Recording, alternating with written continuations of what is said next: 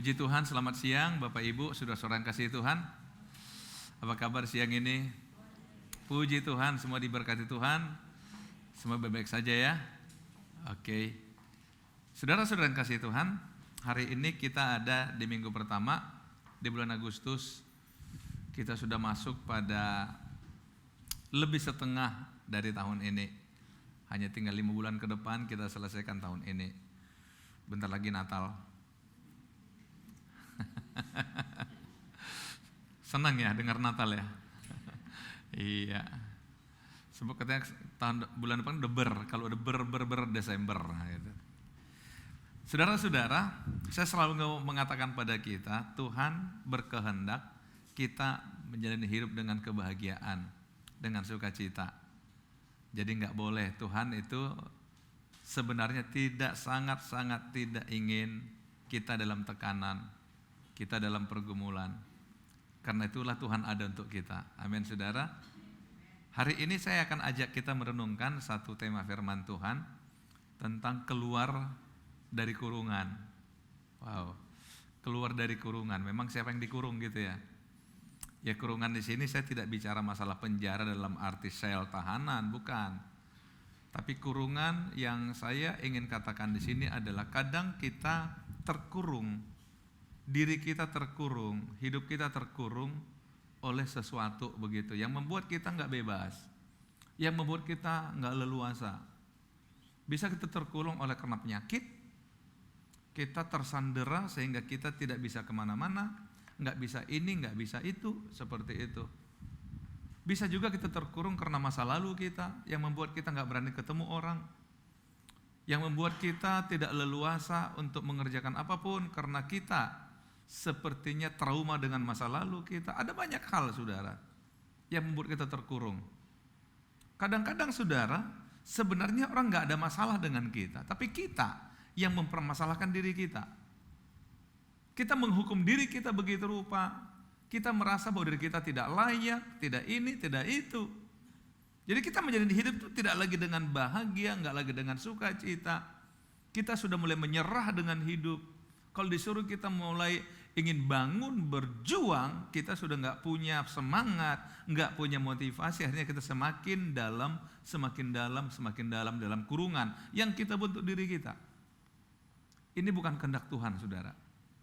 Bukan kehendak Tuhan. Kalau saudara suka baca buku-buku yang memuat sejarah hidup orang-orang yang hebat, mereka adalah orang-orang yang bisa melepaskan diri dari apapun yang mengurung mereka, yang mengekang mereka. Saya pernah katakan pada kita, kadang-kadang orang-orang tua tanpa disadari sudah membentuk paradigma yang buruk bagi anak-anaknya. Mungkin tujuan orang tua awalnya itu bagus dengan mengatakan, anakku kamu tahu diri ya, kita orang biasa-biasa, kita keturunan orang biasa, dari sejak kakekmu dulu orang biasa, mama bapak juga orang biasa, kamu tahu diri ya. Saudara-saudara, karena terlalu tahu diri anaknya ini, akhirnya dia pergaulan juga memilih orang-orang yang senasib dengan hidupnya, gak berani bergaul dengan orang yang di atas levelnya dia.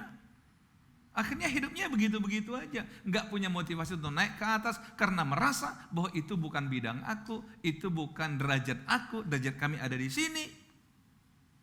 Akhirnya saudara, generasi berganti generasi hidup tetap pada level itu karena terkurung dengan apa yang dikatakan orang tua, tahu diri kau anakku, jangan macam-macam, jangan susahi mama, jangan susahi bapak. Akhirnya dia cari aman. Padahal kita tahu sama-sama untuk naik ke atas itu perlu apa namanya? Untuk naik ke atas perlu satu usaha. Untuk maju ke depan merasa itu perlu satu perjuangan. Nah hari ini saudara, saya ingin ajak kita melihat ada satu kisah singkat dalam Alkitab. Tapi saya terinspirasi dengan kisah ini. Di dalam Matius pasal 8, saya ajak kita perhatikan Alkitab. Dalam Matius pasal 8, setelah Yesus turun dari bukit, orang banyak berbondong-bondong mengikuti dia. Maka datanglah seorang yang sakit kusta kepadanya, lalu sujud menyembah dia dan berkata, Tuhan, jika Tuhan mau, Tuhan dapat mentahirkan aku. Saudara, memang simpel ayat ini.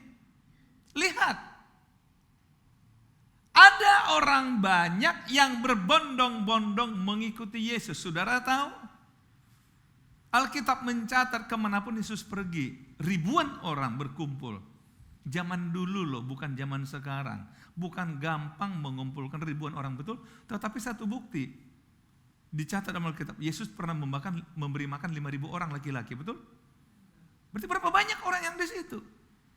Dengan kata lain, dari orang yang berbondong-bondong mengikuti, tapi kok ada satu pribadi yang dicatat di Alkitab, yaitu seorang kusta. Lihat, maka datanglah seorang yang sakit kusta kepadanya. Di tengah-tengah kerumunan orang banyak, ada satu yang dicatat di Alkitab. Ada satu orang yang menarik perhatian Yesus. Justru yang menarik itu seorang sakit kusta. Bukan seorang petinggi, bukan seorang pesohor, bukan seorang pembesar. Tapi seorang yang sakit kusta. Saudara perhatikan. Ini menarik. Jadi orang yang terpinggirkan. Kalau saudara baca Alkitab di Imamat pasal 13, sebenarnya saya ada ambil di sini sebagian ayatnya Imamat 13, saudara. Coba kita lihat apa yang terjadi bagi orang sakit kusta.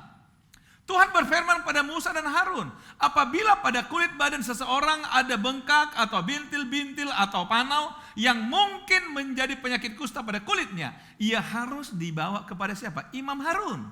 Atau kepada salah seorang dari antara anak-anaknya, itu imam-imam itu. Jadi dibawa pada imam. Jadi orang yang dicurigai sakit kusta harus dibawa pada imam. Imam haruslah memeriksa penyakit pada kulit itu.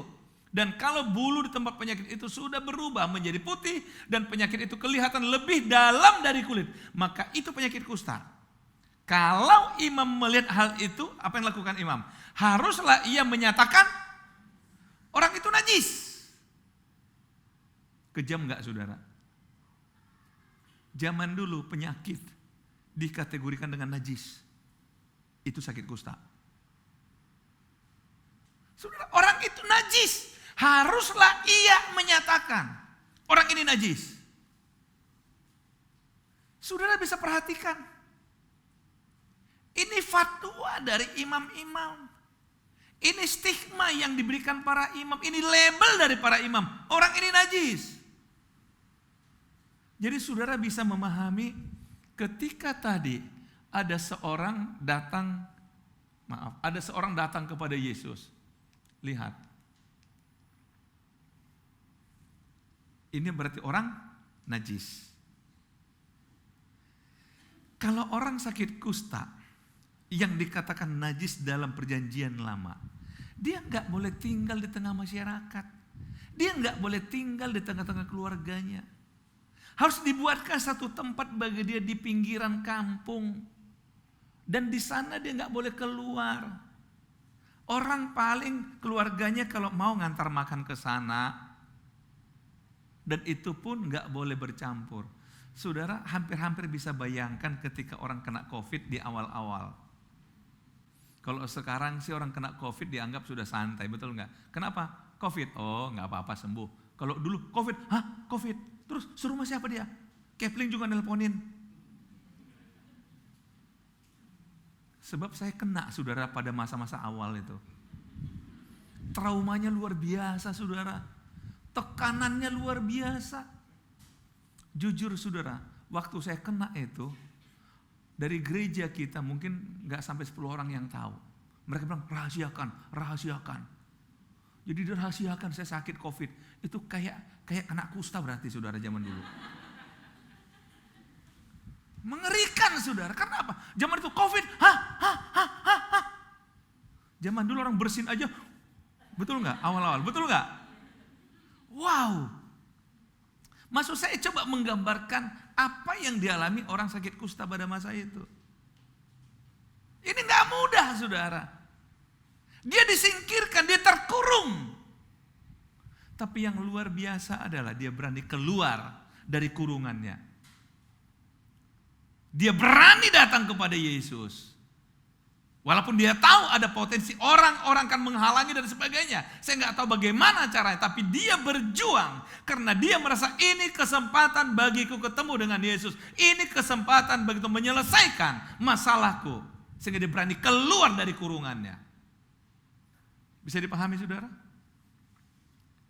Diperlukan keberanian untuk bisa seperti orang ini. Dia tidak mau menyerah dengan hidupnya. Dia nggak mau menyerah. Dia nggak mau menyerah. Saya berharap hal yang sama terjadi pada kita, saudara. Nggak pernah menyerah dengan hidup kita.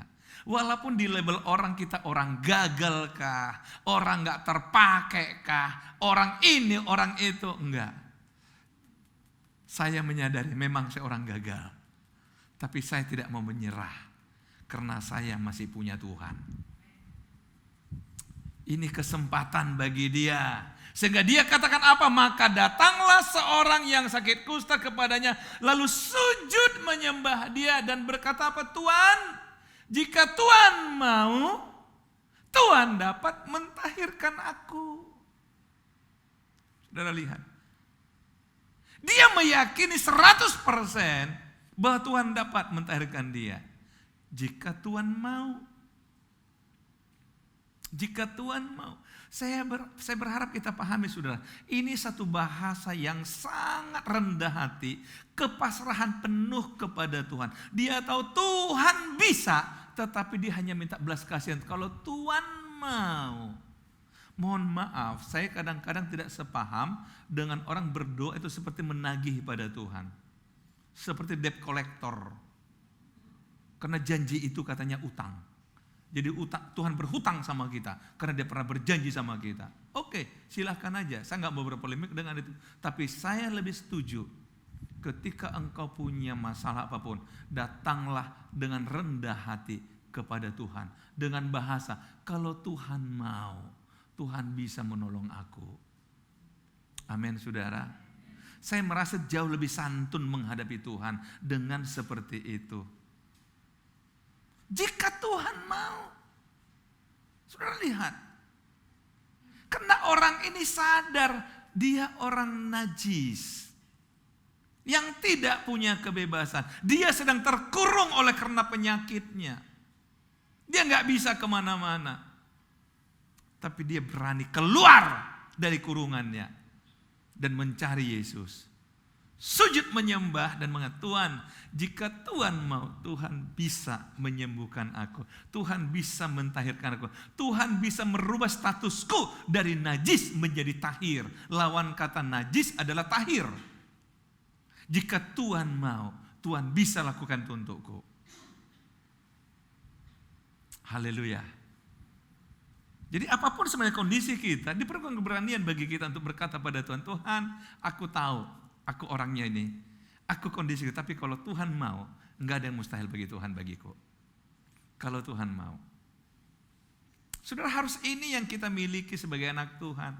Saya berulang kali mengatakan begini, kalau saudara mengakui saudara punya Tuhan, kenapa saudara tidak maksimalkan, tanda petik, peran Tuhan dalam hidup saudara? Kenapa saudara memilih menyelesaikan segalanya dengan tenaga saudara, walaupun saudara tahu saudara akan gagal? Kenapa saudara tidak datang saja pada Tuhan? Kenapa kita harus menguras banyak tenaga, banyak pikiran untuk sesuatu yang kita nggak mampu? Akhirnya kita mengatakan Tuhan tidak ada. Sebenarnya bukan Tuhan tidak ada, karena saudara tidak memberikan ruang yang cukup bagi Tuhan untuk menolong engkau. Bukan Tuhan tidak ada, tapi orang ini dia berikan ruang yang luas bagi Tuhan dengan mengatakan, kalau Tuhan mau, Tuhan bisa menyembuhkan aku. Tuhan bisa. Berarti kalau Tuhan mau, berarti kepasrahan 100%. Setuju? Penyerahan total. Kalau Tuhan mau. Tuhan bisa lakukan apapun. Tapi berani gak kita mengatakan, aku serahkan padamu Tuhan. Saudara seorang kasih Tuhan. Lalu Yesus mengulurkan tangannya, menjamah orang itu dan berkata, aku mau. Aku mau. Kira-kira kenapa Yesus begitu cepat mengatakan, aku mau? Kenapa saudara? Yesus kan hanya merespon. dari permintaan si orang kusta.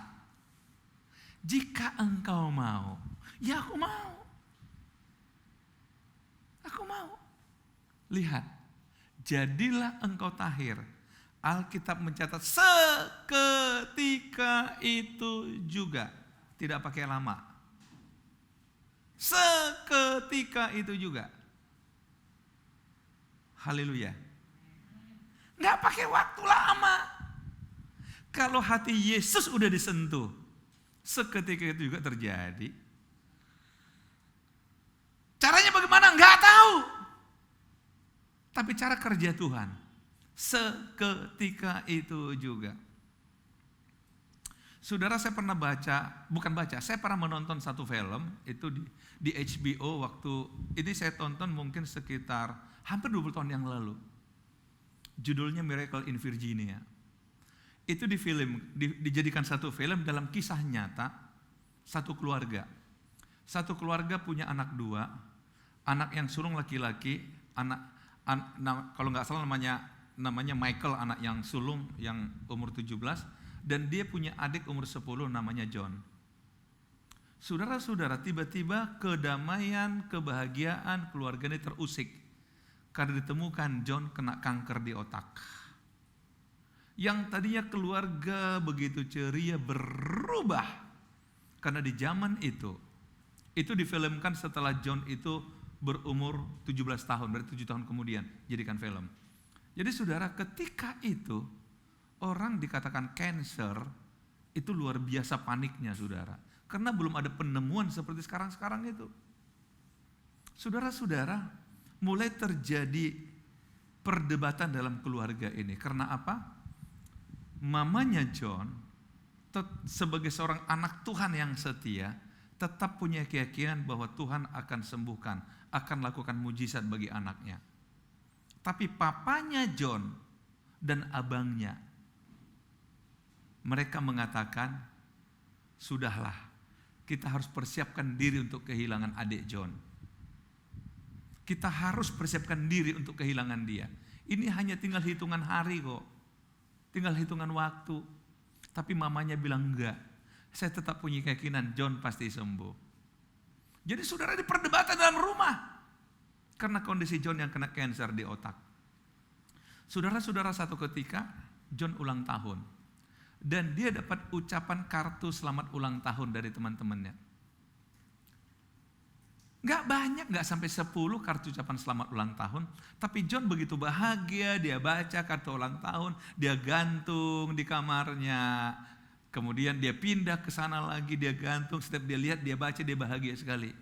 Melihat itu mamanya berpikir, kalau hanya dengan 10 kartu ulang tahun aja, anak saya itu begitu semangat, begitu sukacita. Dia mulai membayangkan, seandainya ada 1000 ucapan ulang tahun atau apapun namanya, pasti John akan asik dengan kartu-kartu itu sampai dia bisa melupakan penyakitnya. Akhirnya mamanya punya gagasan. Dia telepon seorang wartawan, dia ceritakan kondisi John, bahwa John menurut dokter hanya tinggal menghitung hari. Boleh enggak buat berita tentang dia yang intinya adalah supaya orang kirim surat doa untuk kesembuhan John. Di Amerika orang yang begitu kan gampang tersentuh saudara. Akhirnya dia undang berapa media, baik cetak maupun media elektronik saudara, untuk datang wawancarai John. Kemudian dia di-shooting, di video, kemudian diviralkan istilah sekarang, jadi berita.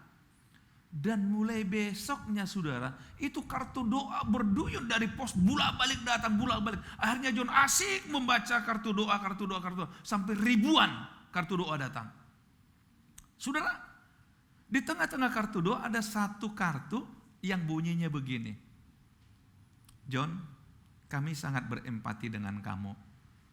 Coba sampaikan pada papa dan mamamu. Ada seorang profesor di Virginia. Dia menemukan satu alat berbentuk laser yang bisa mengoperasi kanker di otak. Kalau kamu mau, semua biaya saya siapkan.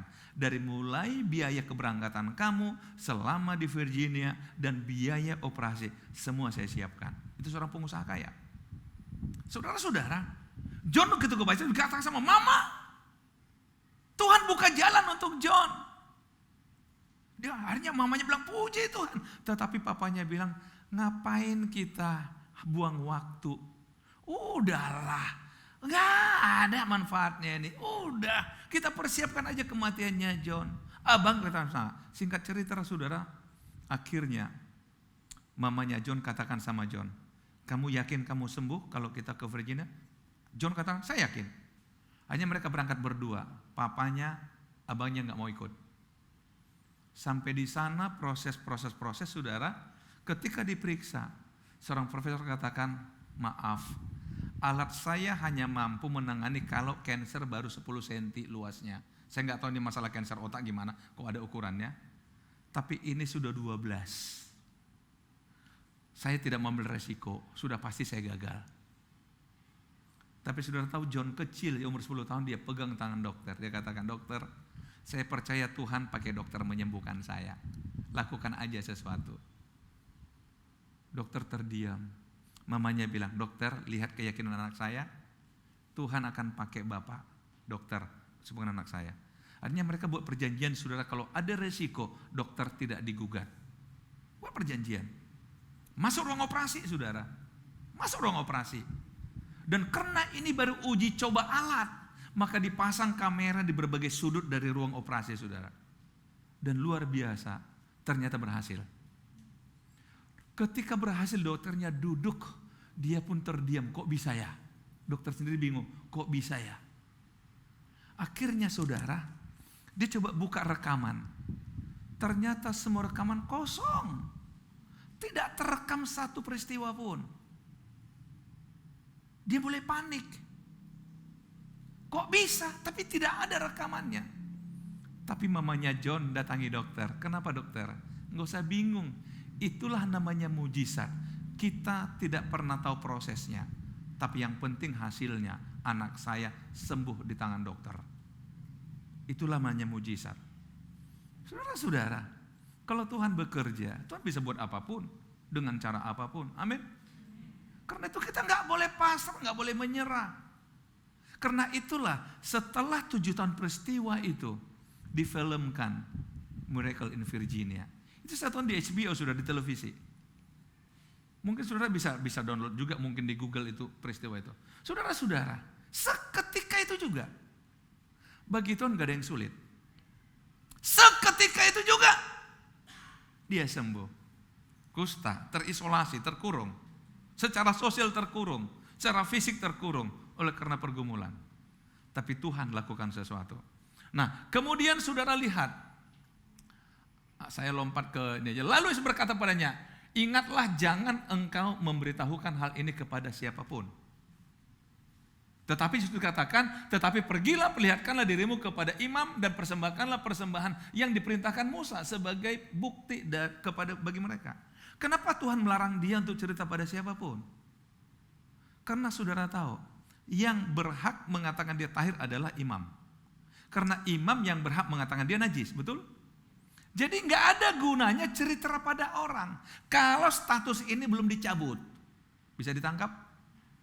Makanya pergi pada imam, supaya imam yang mengatakan kau najis itu menjadi saksi bahwa engkau sudah sembuh. Sehingga kalau nanti engkau masuk ke masyarakat, tidak ada lagi yang mengatakan kau masih najis. Pergi pada imam, jangan pada orang-orang. Sebab apa? Kalau kau pergi pada orang, pasti orang mesti menolak engkau. Pasti orang mesti menjauhi engkau. Pasti orang akan mengusir engkau. Jadi lebih baik pergi pada imam dulu. Luar biasa gak cara Tuhan? Kalau Tuhan bekerja, dia tuntas saudara. Gak setengah-setengah. Pergi pada imam. Dan persembahkan. Ini memang kalau saudara baca di Imamat 13 itu, kalau orang dinyatakan sembuh, maka dia harus membuat korban, membawa korban. Kalau dia cukup berada, paling gak lembu. Kalau tidak, ya domba. Satu bukti. Jadi itu sebagai sebuah perayaan bahwa dia sudah sembuh. Saudara, satu hal yang Tuhan mau juga dalam hidup kita adalah, kalau saudara merasa ditolong Tuhan untuk sesuatu, buat persembahan kepada Tuhan. Saya ingin katakan Tuhan gak kurang apapun, karena Tuhan itu pencipta. Tapi kenapa selalu kita orang Kristen suruh buat persembahan pada Tuhan? Saya ingat dulu bapak saya pada umur-umur senjanya selalu bilang begini sama kami, saya sama mama gak kekurangan makan, kami punya uang. Tetapi tolong, kalian kirim kami wesel pos. Zaman dulu masih wesel pos kan? Kirim wesel pos, berapapun itu. Bukan karena kami kurang uang, enggak. Tapi setidaknya supaya kalian ingat kalian punya orang tua. Yang pertama. Yang kedua, supaya kalian diberkati Tuhan. Bukan karena kami kurang uang, dia bilang. Kami cukup. Untuk hidup kami sampai mati kami cukup. Itu kata bapak saya. Tapi supaya kalian ingat kalian masih punya orang tua. Dan yang kedua, supaya kalian diberkati Tuhan. Karena akan diberkati Tuhan anak yang memperhatikan orang tua. Itu kata orang tua kami. Saudara-saudara, ini harus kita ingat. Kalaupun Tuhan katakan bawa persembahan pada Tuhan, bukan karena Tuhan kekurangan sesuatu. Enggak. Bukan karena gereja kekurangan sesuatu. Enggak. Tuhan punya cara kok memberkati gerejanya. Tapi supaya kita ingat bahwa kita punya Tuhan yang sudah menolong kita. Amin. Dan yang kedua, supaya kita diberkati Tuhan. Karena kita orang yang tahu mengucap syukur. Kita orang yang tahu bersyukur. Amin, saudara. Mari kita belajar dari seorang kusta ini. Seorang yang dianggap najis, tapi menjadi tahir. Karena dia berani keluar dari kurungannya. Datang kepada Tuhan. Dengan berkata, Tuhan kalau Tuhan mau, Tuhan bisa mentahirkan saya. Dia harus katakan, aku mau, jadilah engkau tahir. Seketika itu juga dia sembuh. Seketika itu juga. Saudara yang tahu kondisi saudara hari ini, gak perlu bersembunyi. Atau gak perlu menyembunyikan sesuatu yang saudara anggap aib bagi saudara. Cepat selesaikan dengan Tuhan. Alkitab tidak minta engkau selesaikan dengan orang yang kalau engkau tidak punya keberanian. Tapi datang kepada Tuhan. Biar Tuhan akan mengubah statusmu. Akan membawa kau keluar dari apa yang mengurung engkau. Sehingga engkau ke depan menjalani hidup dengan ketentraman, dengan kedamaian, dengan kebebasan, dengan pemulihan. Amin, saudara. Tuhan Yesus memberkati saudara.